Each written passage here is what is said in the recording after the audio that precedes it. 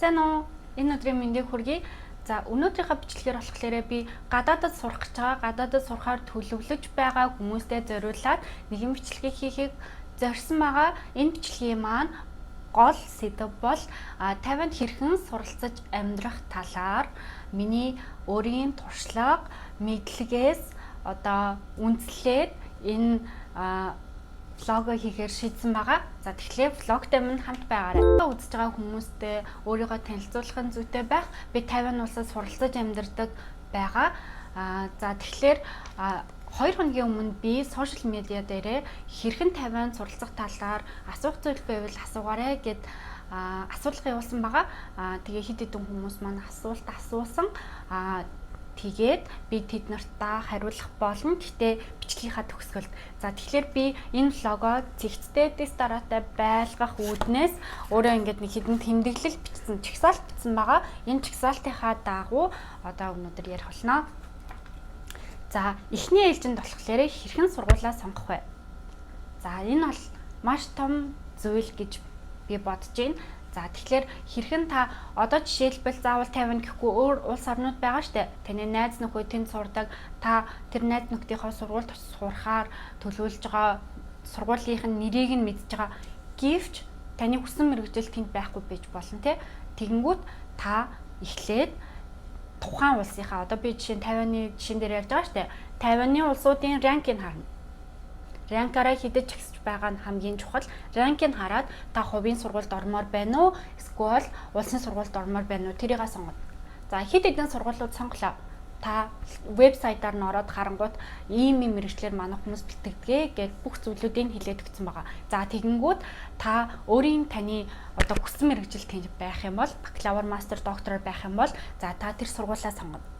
За айгүй амархан байгаа. Эхлээд ранка харах нь маш чухал шүү. За хоёрт нь болохоор хэрхэн тэр сургуультай apply хийх вэ? За apply хийхийн тулд танд IELTS оноо хэрэгтэй тий. За тэгэнгүүт хоёрт нь IELTS юм биш үү? За IELTS оноо авахын тулд за та 6.5 ер нь бол нэг 6 онооноос дээш байхад бол та хангалттай гайгүй 50-нд бол юугаа авчих байхаа. Хүссэн сургуульд apply хийгээд тэнцчих байх гэж бодож байна. За тэгэнгүүт хэрхэн apply хийх вэ? 3 дугаарт apply хийхдээ болохоор 50-ны сургуулиуд жилд 2 удаа apply хийдэг. Нэг нь болохоор хаврын хэлсэлт, нэг нь намрын хэлсэлт. Намрын хэлсэлт нь та болохоор 3-4 сард маань сургуулийн жишээн дээр 2 удаа apply хийдэг. Хаврын хэлсэлтэн дээр болохоор 11-12 сард apply хийдэг. За та apply ингээ хийчлээ. Бүх зүйлүүд сургуулийнхаа вебсайт руу ороод ийм шаардлагатай зүйлс энийг бүгэлнэ үү гэд бүгдэнд нь apply хийгээд тэгэнгүүт 4, 5, 6 сард танд ингээ хариу ирсээр байх болно. Энэ шатандаа та тэнцлээ. Энийгээ дахиж явуулна уу? Ингэнэ үү, тэгнэ үү гэд. За хамгийн сүүлд 7 сард та ингээд ийм тэтгэлэг бид нар танд өгөхөөр боллоо. За та ингээд маань сургуульд ирж суралцаж болноо. Таны урилгыг явууллаа гэсэн хариу ирнэ. За тэгэнгүүт та урилгаа аваад визэнд орно. За визэнд ороход та болохоор Монголын 50-ны төвд хандаад 50-ны төв нь болохоор урт цагаан дэдэг байхгүй юу? Урт цагаан дээр очиж уулзч болно. Эсвэл вебсайт руу н ороод ийм дараалттай нэг 10 гаруй тийм нэг бичиг баримт бүрдүүлдэг баха. Тийм 10 гаруй бичиг баримт бүрдүүлээд та аваачаад өглөө. Оноо моно бүх зүйлээ штэ тий. Аваачаад өглөө. За тэгэнгүүт тантай ярилцлагын өдөр товлно. За ингээд 4 дахь чухал зүйл маань ярилцлага байгаа. За ярилцлаганд орохын тулд ер нь бол хүн болгон амар сандардаг те. Хэдий та амар сайн оноотой байсан ч гэсэн ярилцлагандаа ингээл унчих юм бол та зүгээр fucked up болно. За тэгэхээр ярилцлаганд ихэнхдээ ямар зүйлүүд асуудаг талаар би танд жоохон хэлж өгье л та. За тэгэхээр эхэлж явж байгаа хүмүүст нь болохоор та яагаад энэ сургуулийг сонгосон бэ? Та яагаад 51-ыг сонгосон бэ? Тухайн улсыг сонгосон бэ? Яагаад энэ мэргэжлийг сонгох болсон бэ? Энэ газар очиод танд ирээдүйн энэ мэргэжлээ төгсөөд ирээдүгээ ингээд юу гэж харж байгаа вэ гэх мэтчлэн ерөнхийдөө нэг иймэрхүү асуултууд асууд.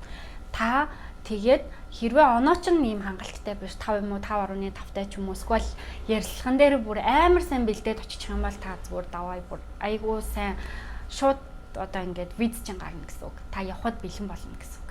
Тэгэхээр ярилцлагандаа маш сайн бэлдээрэй гэж зөвлөмөр байна.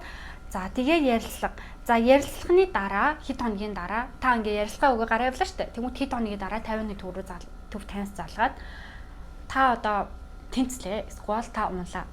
Яагаад гэдэг юм хэлнэ. Хэрвээ унсан бол та ярилцлагандаа одоо тиймэрхүү байсан байна ч гэдэг юм уу. Та хэрвээ та асуух юм бол тэгж хэлнэ. Асуухгүй бол зүгээр тэнцлээ, унлаа гэсэн хоёр хариултыг өгнө. За та тэнцлээ. Уусаа тэнцэн. За яа. Тэнцээд за онгоцны билет авах бол. За онгоцны билет болохоор ерөнхийдөө 4 чиглэлийг би ер нь бол энэ 50-анд ирж байгаа хүмүүс 4 чиглэлээр ер нь бол хөвчлэн явдیں۔ Нэгт болохоор газраар Улаанбаатараас Бээжин тэгээд наашаа нисэн. Хоёрт нь болохоор Улаанбаатар, Бээжин, Тайван гэсэн чиглэлээр шууд нисэн. Гуравт нь болохоор Улаанбаатар, Хонконг, Тайван гэсэн чиглэлээр. Дөрөвт нь болохоор Улаанбаатар, Инчон, тэгээд Солонгос, тэгээд Тайван гэсэн ийм чиглэлүүдээр нисдэг. Хамгийн ер нь бол нэг ядралтгүй гайгүй одоо ингээ яваа хүрээд ирэх нислэг санал болгох юм бол ерөнхийдөө бол Хонконг бол айгүй дайггүй надад санагддаг. Нэг удаан цагаар хүлээхгүй ингээ шууд ядралгүйгээр ирчдэг. За 50-нд хурж ирлээ. Хаана байх вэ? Тэ? За тэгэхээр та apply хийхдээ угаасаа сургуульд нь freshman хүүхдүүдтэй болохоор юу яадаг? Дотор байраа санал болгодог. Тэгэхээр та дотор байранда анхнаасаа л apply хийхдээ одоо орсон байна гэсэн үг. За тэгэнгүүтээ дотор байранда орлоо. За тэгмүүд бакалаврын хүүхдүүд нь дөрвөлэн амьдрах, мастрын хүмүүс нь хоёулаа болон ганцаараа амьдрах. За доктор нь болохоор хоёулаа болон ганцаараа амьдрах. За шинэ хуучин гэсэн ийм сонголтуудтай. Шинэ хуучин байр гэсэн. За тэгэнгүүтээ эхний семестр та ингээд дотор байранд байсан чинь нэг хүмүүс нь таалагдахгүй ч юм уу, байранд таалагдахгүй ингээд далайн хажууд байдаг орон учраас чигтэй мигтэй амар олон бла бла бла муухай тэгээ жомтой момтой гэд ер нь айгүй олон асуудал сайн хажуугаар сар гихтэр айгүй олон асуудал ер нь байна. Тэр болгонд л зохицоод амьдрах хэрэгтэй. Тэгэхээр та хэрвээ дотор байранд байхааргүй гэх юм бол гадуур амьдарч болно. Дараагийн хамгийн чухал зүйл бол ажил те. Ирээд мэдээж ингээд хэрвээ та тэтгэлэг авсан ч бай аваагүй ч бай өндөр ингээд хөгжилтэй өндөр хүртэхтэй оронд мөнгө чухал.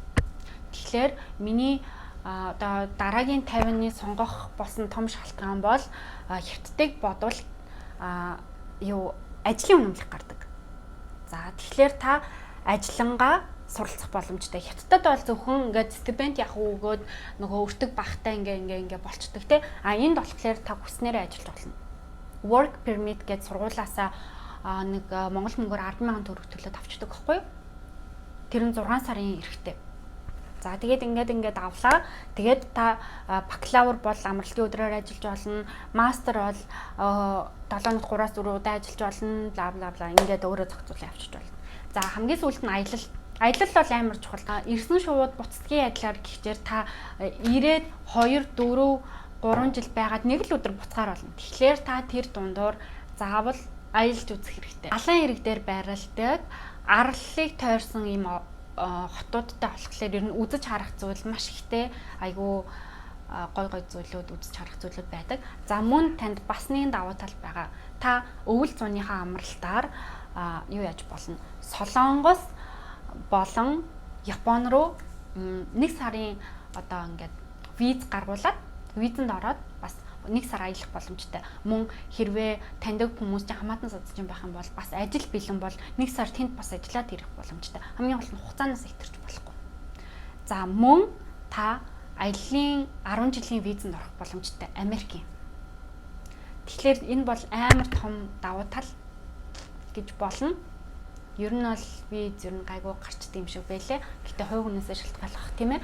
Тэгэхээр визэндээ ороод тэгээ Америк руу бас 6 сар яваад ирэх боломжтой. Хүүхдүүд бол зуны амралтын 2 сараараа ерөнхийдөө бол нэлээд явдаг. За хамгийн сүүлд нь болохоор хүмүүсийнхээ асуултанд хариулъя. Нэлээд олон асуултууд ирсэн л дээ. Гэхдээ бол миний өмнөх ярьсан юмнуудад бол ихэнх нь ингээ орцсон байгаа. Тэр зүйлүүдийг асуусан хүмүүс маань өмнөх ярьсан юмнуудыг маань эхнээс нь ахгуулаа сонсоод ерөнхийдөө хариултаа авах байх гэж бодож байна. За давтагдаагүй хоёр асуулт гэх юм бол ямар сургууль сурдаг вэ гэсэн асуулт ирсэн.